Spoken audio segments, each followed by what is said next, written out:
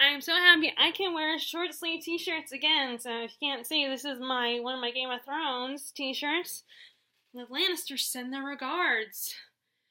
So anyway, hi guys, this is Jackie from Jack Gets Lost in a Book Hole, and I thought I would do a quick tag. I have to go next door at 11:30 to I'm watching our neighbor's dog again, and he is the sweetest little puppy ever.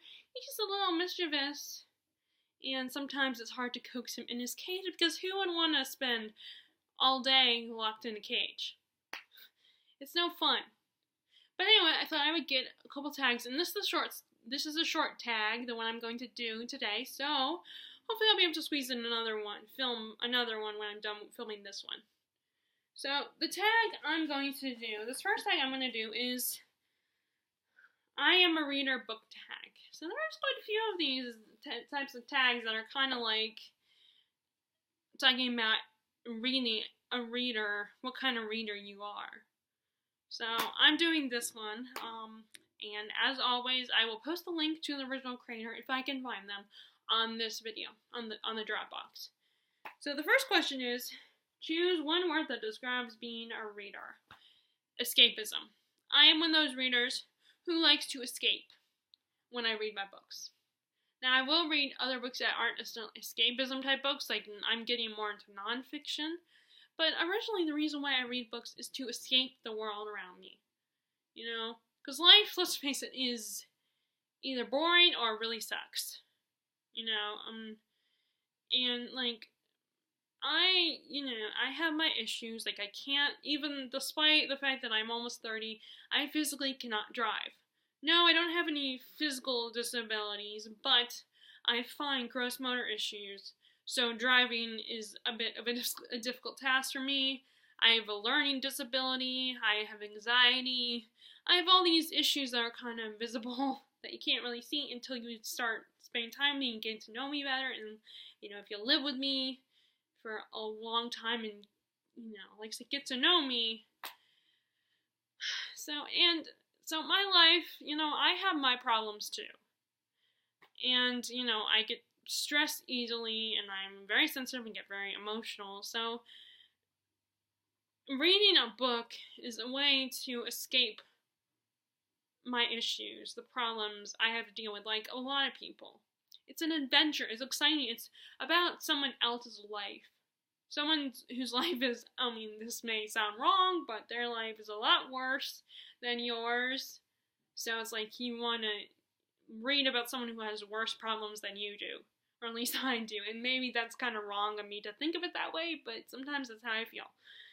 And also just escape into a world that is unique and different and magical. A world that you know is not real.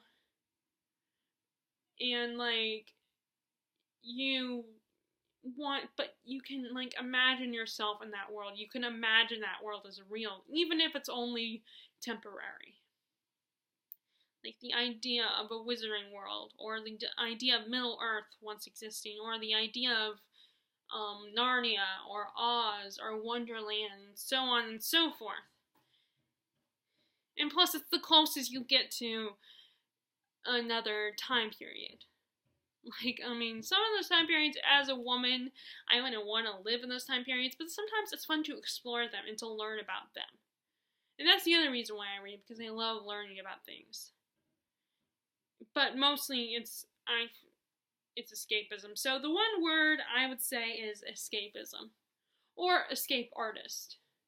Which actually, not that long ago, I kind of did I came up with terms for different types of readers, and one of the types of readers I came up with was the escape artist, which is, I guess that's kind of what I would be. I don't remember what the other ones were. I don't even know if I still have that piece of paper. I just remember doing it, but I probably threw it away, or it's somewhere in one of my binders or something.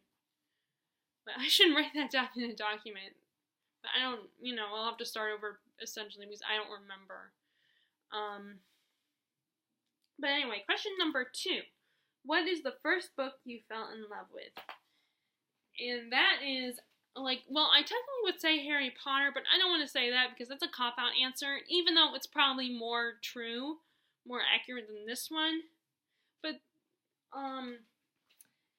But that would be The Velveteen Rabbit by Marjorie Williams. I just fell in love with this book. This book has been a part of my childhood and has meant so much to me. And it's such a beautiful story about this little velveteen rabbit who is loved by this little boy and wants to become real, and that if he's told by the rocking horse that if he's loved enough, he will become real.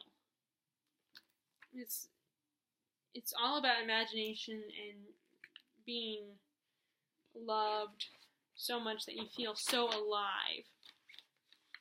And this was actually a gift from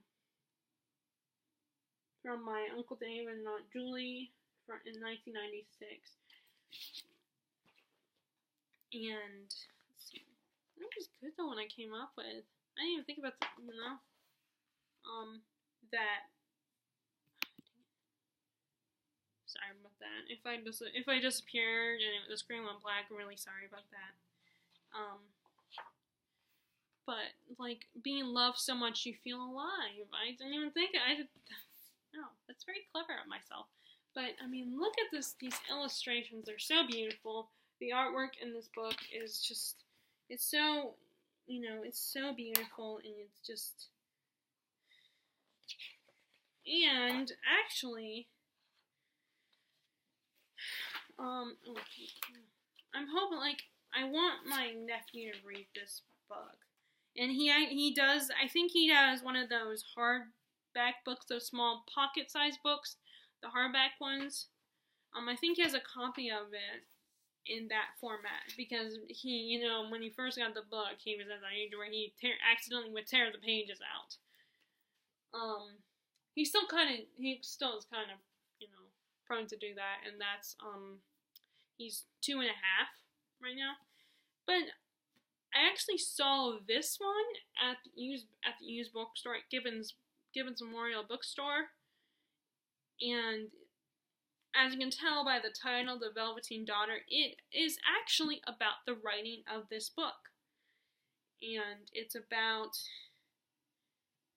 the writer and her daughter, who was the artist, which I just had to jump on that book. I mean, it was, and it's, first of all, it was at the used bookstore, so it was like $3 or $4, so I had to immediately get it. It's such a beautiful story. And speaking of that, it's sunny out, so I might, it's so weird. It feels like it's like only February still, and I mean, granted, February is almost over, but even in March, back in, I lived farther up north, in Maryland, and it would still be cold in March. It would be chilly in April. I mean, I remember, like, my best friend from Florida, Terry, would come to visit me because she's the one I go to conventions with all the time. And she is, like I said, she's from Florida, so she's not used to the cold. I mean, and we had to buy her, like, we went to AwesomeCon in Washington, D.C., and we had to buy her, like, I think, like a sweatshirt or a sweater, which was, I mean, it was kind of a souvenir because it had DC on it, and we had to buy her that because she was chilly, because she's not used to it being cold in April, because it was a little chilly at that time. It's just so funny, and I'm so used to that, and then it feels like May or June weather. Right now, it's like, well, it feels more like May now, but yesterday it felt kind of like June weather. And, it's only going to get warmer. Now, I've been to South Carolina. I live in North Carolina now, and I've been to South Carolina where weather's been like this. But I don't go, because my parents worked, I had school, so we didn't go that often, except for, like, during the summer, and, during holidays and stuff. Of course, now that we live in North Carolina, and South Carolina is only a state away, we can go up there. It's only a 3-hour drive, so we can go for weekends at a time. But anyway, back to this. So I saw this, I was like, I have to buy it because that was my favorite childhood classic. So I had to jump on the chance of buying this. I mean, it's such, like, And plus, it's historical fiction. I love historical fiction, so. But I just wanted to show you that. Because it kind of goes with the answer to the second question. Okay, question number 3. Hardcover or paperback? I normally buy paperback because paperback is cheaper, and for the longest time I wasn't working, so now I finally have a job, but I mean it's just work in a grocery store, so I still won't get paid a lot, but I mean I got paid a lot more having the 2 government internships over the summer than this job, but I just couldn't do the office job, sitting at a desk all day, you know. Now of course I had an internship, so my work wasn't as busy, but I had to get up at like 4:30 in the morning, or maybe 4:45, because we lived in, like I said, we lived in Maryland, which is 45 minutes away from DC, in Virginia, because that was like one of the internships was in DC, and one of them was in Alexandria, Virginia, so I had to get up at the crack of dawn to avoid the traffic. So I was already pretty tired. And then I was just sitting at my desk waiting. I had to get up and ask the people who are in charge of me, my boss, if they had any work for me. So and plus those offices were cold. They were freezing. And I remember getting in trouble because I would spend an hour in the bathroom because it was so cold and I was tired, and it gave me a chance to just sit and talk to myself and to get warmed up. And yes, I talked to myself in the bathroom. I talked to myself in the toilet. I have weird conversations with myself, TMI probably, but anyway, and at one point, I kind of got in trouble for that, and, I can't use the whole time of the month excuse all the time, because it's only once a month that you go through, that a girl goes through that, so I couldn't use that excuse. And I kind of got in trouble for that. But, the offices were cold, and I can't concentrate when I'm cold. And plus, the fact of the matter, and plus, I was just an intern, so they didn't always have work for me. So it's it gave me a negative view of, it just made me realize I don't want to work in an office. I want to have a job where I'm constantly busy, where they constantly have me doing stuff. Now, of course, at a grocery store, or in any retail job, there are points where you're not busy because customers are shopping, or there's not even any customers very few customers in the store. So yeah, it just made me realize that I prefer retail type jobs rather than office jobs where I'm sitting at a desk all day doing work. And plus, if I'm going to be sitting at a desk all day, I want to do something fun, like working on my writing, for instance, or coloring, or surfing the internet, so, or watching booktube videos, which I guess in a way is surfing the internet. But anyway, okay, let me finish this. Okay, so, anyway, back to the question. So, paperbacks are cheaper, and they're easy to carry around, because I always am constantly carrying around books. My mom even made a joke, last night, she came home late, and was like, okay, you have an appointment on this day, and I'm also going to get my nails done as well, so bring a book. And then she was like, who am I kidding? You always have a book with you. Because that's really true. I always have a book in my purse. Because, and people say that. I watch videos on how to read more on here, and they say, always carrying a purse with you. Always carrying a book with you. And that's actually, I just got into the habit of doing that, because there are times when I'm sitting in the car and I, decide to read a book. Now, there are, of course, times when I'm sitting in the car and I'm tired, so it's hard for me to concentrate on the reading when I'm reading. And then, or I'm waiting while my mom's my mom or dad are doing their own thing. Or if I happen to be with my sister. And then, sometimes it gets boring, and, when I go out to eat with my parents and their friends, because, I live with them, so so sometimes I go with them, and, I get a free meal not free, but I get a meal out of it, and I get out of the house, too. But then it gets kind of boring. Unfortunately, the problem is that you can't read at the dinner table, because that's considered rude. But, at the same time, I'm thinking, They're not paying attention to me. But then at the same time I end up not doing it anyway, not just because it's been drilled in my head that it's rude, but also because when you're eating food, like finger food, then your fingers get all greasy and stuff. And we went to a seafood restaurant recently, and we were eating some finger foods, my fingers got greasy. But okay, I keep getting kind of off track. So they're easy to carry around, but I also really am getting into hardback more. Hardback always has beautiful covers, and sometimes they have stuff inside, beneath the dust jacket. But they look aesthetically pleasing. So, as you can see on this shelf, if you look carefully on my shelf, you can see that I have started a collection of paperbacks. Of hardbacks. And I have, and the good news about the used bookstores, because it's cheaper, the hardbacks are actually a decent price. They're $3 or $4. $4 to buy a hardback. So that's not that bad.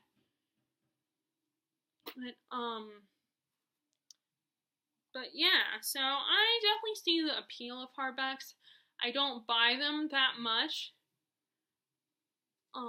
But recently when I got those, if you've seen I did this book haul that it's entitled, "It's a Good Thing I Have a Job Now." I was trying to be clever and cute with the title and everything. It probably just sounds stupid, but and people probably don't even know what the video is about. Of course, I'm a booktuber, so. But anyway, okay, I keep doing that. I keep getting off track. Is that there were some books that were still in hardback format that they still hadn't got the paperback edition of them, that I saw at the bookstore when I bought the 5 books, and that's how I ended up spending $70, because I got 2 hardbacks along with 3 paperbacks. So yeah, that was kind of a big no-no, and I'm not going to do that again, or at least I won't do that often. But they only have they didn't have a paperback edition. I didn't want to wait, and that's the problem. That's the thing that really bugs me.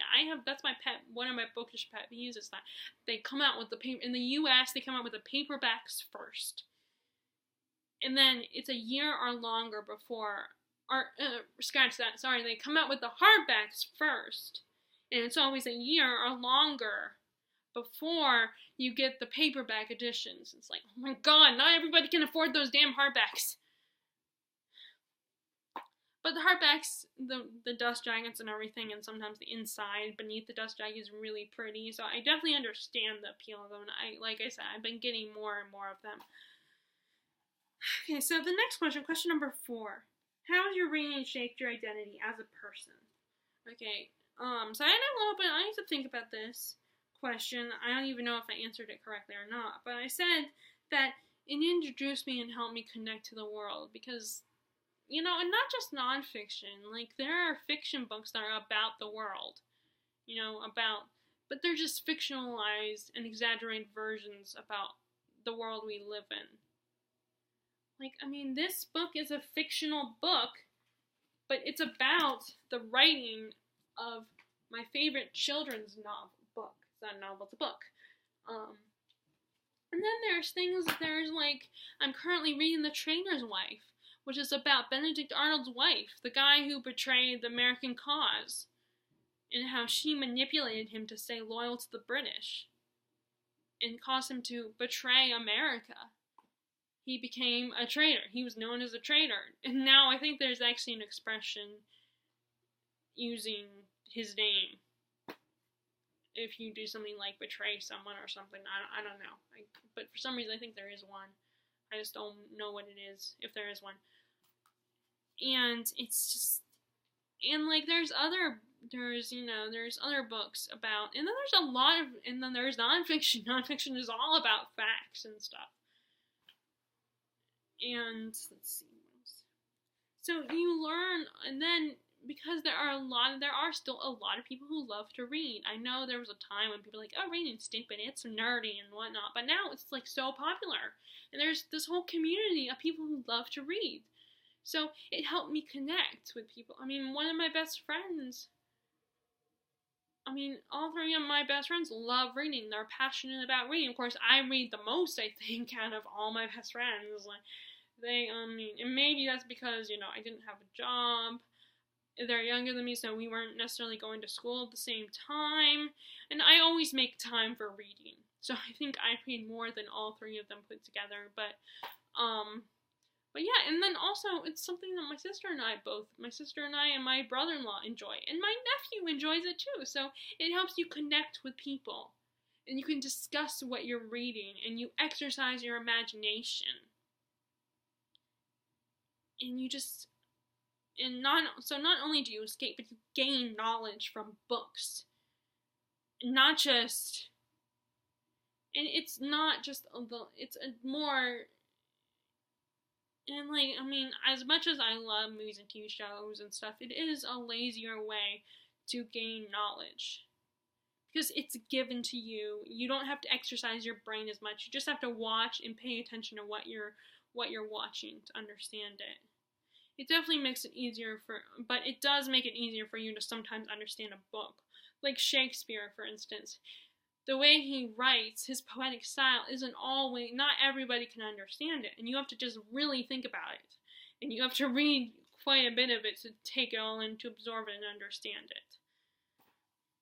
And I definitely envy my friends that can read Shakespeare just like that and can totally understand it. So that's how it shaped me as a person. Well, actually, it doesn't really answer the question, but it's the best answer I could come up with. It's me, I guess another way of putting that is it's made me more social and connect more with people. Okay, so this one I didn't really write down anything. What do you read to be comforted? Because I read anything to be comforted. Because if I'm upset, a lot of times I do. Although it seems like, sorry, I got distracted. I have a window right here. That's why my dog is always here, either sitting in this chair, or he's over on the other. I have another chair over there, or you hear him barking and stuff, because the window to my driveway is right here, so it's a pretty good view. But yeah, if I don't, a lot of times, sometimes I end up, watching a movie or a TV show over reading a book. So I don't really have an answer for this. I don't have a book that comforts me. I guess Harry Potter could be a book that I would read to be comforted. I don't know, though, because I can't, I really actually can't say that, to be fair. So I don't really have an answer to that question. Okay, question number 6. Who taught you to be a reader? Okay, this is a cop-out answer, but this is probably everybody's answer, or half the people's answer, but my parents. My parents read to me every night, when I was in bed.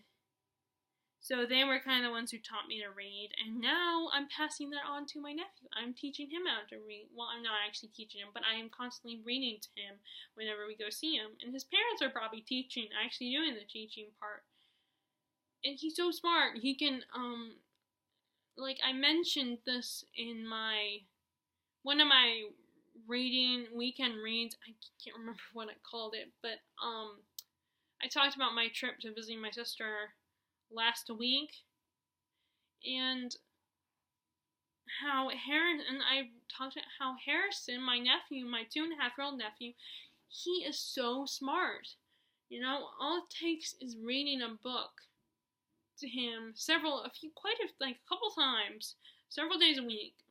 Several days while we're there, and he can memorize it. He was able to recite The Night Before Christmas at the dinner table from memory. And it was, my sister took a video of it, sent it to my mom, and my mom sent it to me, and it's just so cute. And actually, I could probably, I don't know. probably show it to you guys. Give you a brief.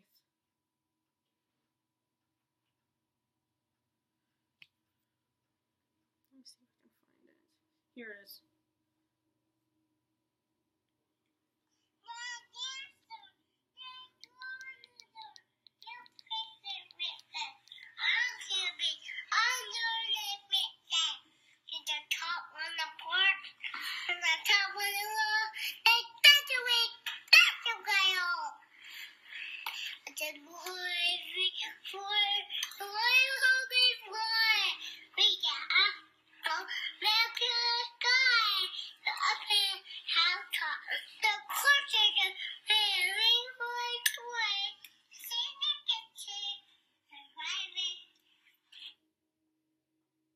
Okay, so you probably can't understand him, but if you really listen, I mean, I don't know, when I play my video, I'll have to see how good that is.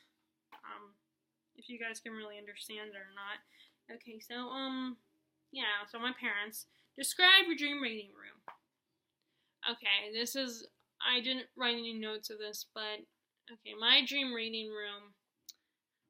It's very cozy with a fireplace, with a cozy little chair, surrounded by books, with windows, so there's some natural light. I always like the idea of a sunroof type window. I kind of like the idea of a window seat, but I know I don't have that here. And let's see, what else do I? Like I said, surrounded by books. I kind of like a cozy, kind of small, not completely closed in, because you get claustrophobic, but just like kind of closed in. Like I think that's why I like clutter. I don't mind clutter, because I like that feeling of not exactly closed in, but just, it's hard to explain, like cozy, quaint feeling, It's kind of comforting. I don't know if that makes any sense, or if you guys can if you guys understand what I mean. But yeah, fireplace, comfortable reading chair, a window seat preferably, tons of natural light, surrounded by tons of bookshelves, with a fireplace, and just cozy. Something that feels very cozy. Okay, so the last question, that was number 7. So last question, number 8. What book has changed your perspective of the world? And I'm sorry, but I don't have an answer for this one. I feel bad that I don't have an answer for this one. I just remembered the video, I totally forgot. A video I uploaded, there was a tag. I forgot to write the questions. Sorry, that's kind of off topic. But yeah, so that was although the one booktuber I watched that said they would appreciate if he did that, he doesn't do that himself. I will look. Sometimes he forgets to do it, so I guess it's, can't expect us to always remember it. Just probably at least post a link to the original creator of this video, or someone's version of the video of them doing this tag. So that is an I Am a Reader book tag.